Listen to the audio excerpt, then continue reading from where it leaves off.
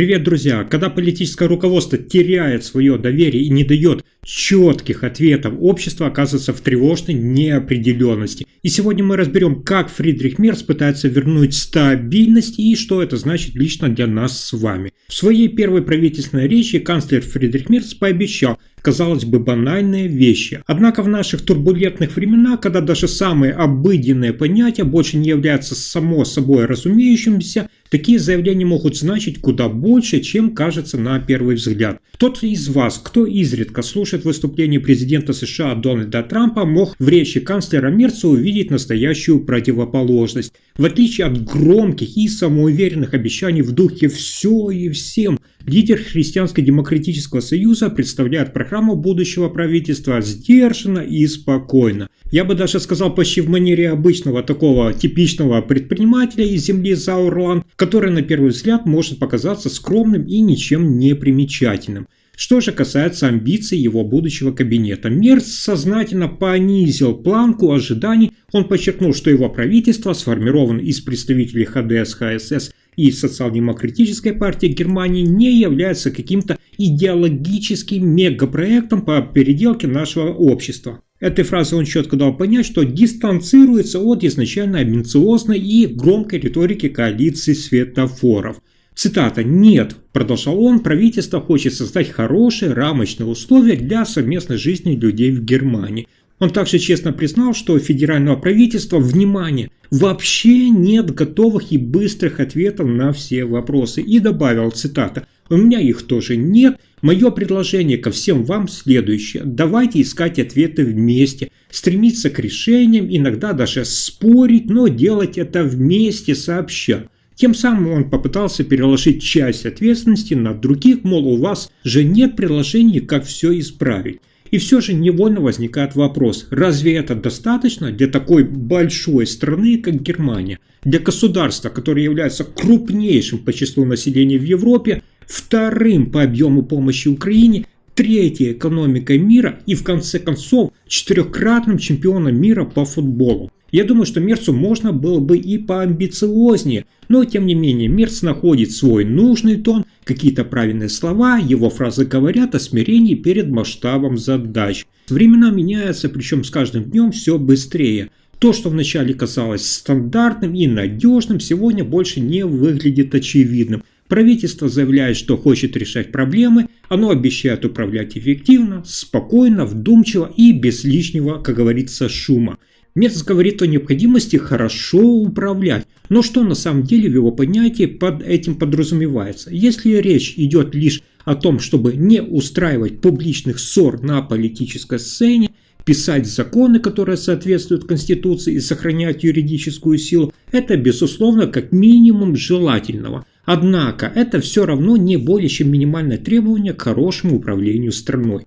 Тем не менее, у новой коалиции есть понимание того, куда она хочет двигаться. Из их уст звучат темы на вопросы: встанет ли экономика на путь роста, снизится ли уровень нелегальной миграции, получит ли больше людей, которые живут на Бюргергельд, это социальное пособие, реальные рабочие места, начнут ли расти заработные платы, упадут ли цены на аренду жилья, сможет ли инфляция оставаться стабильной, действительно ли начнется сокращение бюрократии, в конце концов, сможет ли Бундесвер иметь безопасность не на пару дней, а хотя бы на несколько недель. И ХДС, ХСС, и Социал-демократическая партия Германии надеются, что через 4 года они смогут дать утвердительный ответ на каждый из этих вопросов. Если это удастся, значит они действительно управляли хорошо. Это общее дело, совместный их проект, которого не было в правительстве светофора Олафа Шольца. Кто еще тогда не был подписан на мой канал и не смотрел мои видео, я вам напомню, что тогда Свободно-демократическая партия Германии, СВДП, и Зеленая социал-демократическая партия Германии хотели абсолютно разных вещей. Сейчас же все иначе, и это, как ни странно, для этой коалиции можно считать стартовым преимуществом. Это не означает, что споров больше не будет. Если вы думаете, что ХДС, ХСС и Социал-демократическая партия Германии представляют центристские силы, это вовсе не значит, что они преследуют одни и те же цели. Уже сегодня видны первые противоречия, о которых я вам каждый день рассказываю, например, по вопросам минимальной заработной платы и пенсионной реформы. Поэтому поймите, друзья, что отсутствие спора вовсе не говорит о качестве политики. Иногда это даже признак того, что важнейшие темы просто обходят стороной. Так было, например, с уходом за пожилыми и теми же пенсиями. Там ХДС и СДПК почти не спорили абсолютно, потому что они просто-напросто передали эти вопросы в комиссии. А в комиссиях, как вы знаете, все тянется очень долго, и в ближайшее время ничего особого не произойдет. Это скорее противоположность решительным действиям. Поэтому я вам скажу так, что в этом случае уж лучше пусть будут небольшие трения и разногласия. Запомните, конфликты допустимы, особенно там, где действительно ведется работа. Как говорится, где рубят, там и щепки летят. Вопрос лишь в том, как Фридрих Мерц и лидер СДПК Ларс Клинбель будут с ними справляться. Им предстоит не просто заглаживать внутренние трещины, но и сохранять фокусировку на большой общей цели. Если это им удастся, тогда можно сказать, что они действительно хорошо управляют, и у этого правительства есть шанс на успех. Союз ХДС, КСС настаивает на возвращении к обязательной военной службе в Германии. Однако по согласованию с Социал-демократической партией Германии было решено реализовать так называемую шведскую модель, которая предполагает вначале исключительно добровольный подход.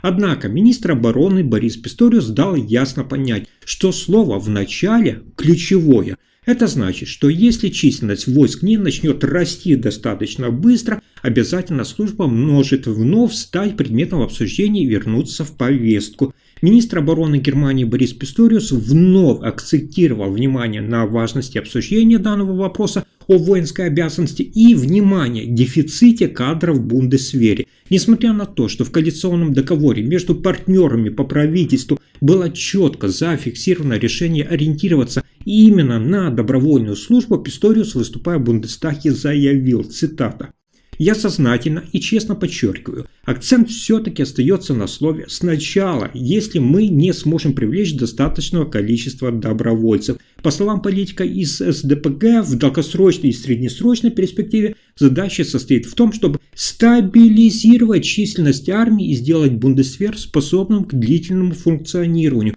как для защиты Родины, так и для участия в обороне в рамках НАТО». Министр также отметил, что уже сейчас наблюдаются первые обнадеживающие тенденции. За последний год, например, а особенно с начала 2025 года, значительно увеличилось количество заявок на службу. По его словам, в первом квартале этого года было зафиксировано более чем на 20% больше принятых заявлений на военную службу по сравнению с аналогичным периодом прошлого года.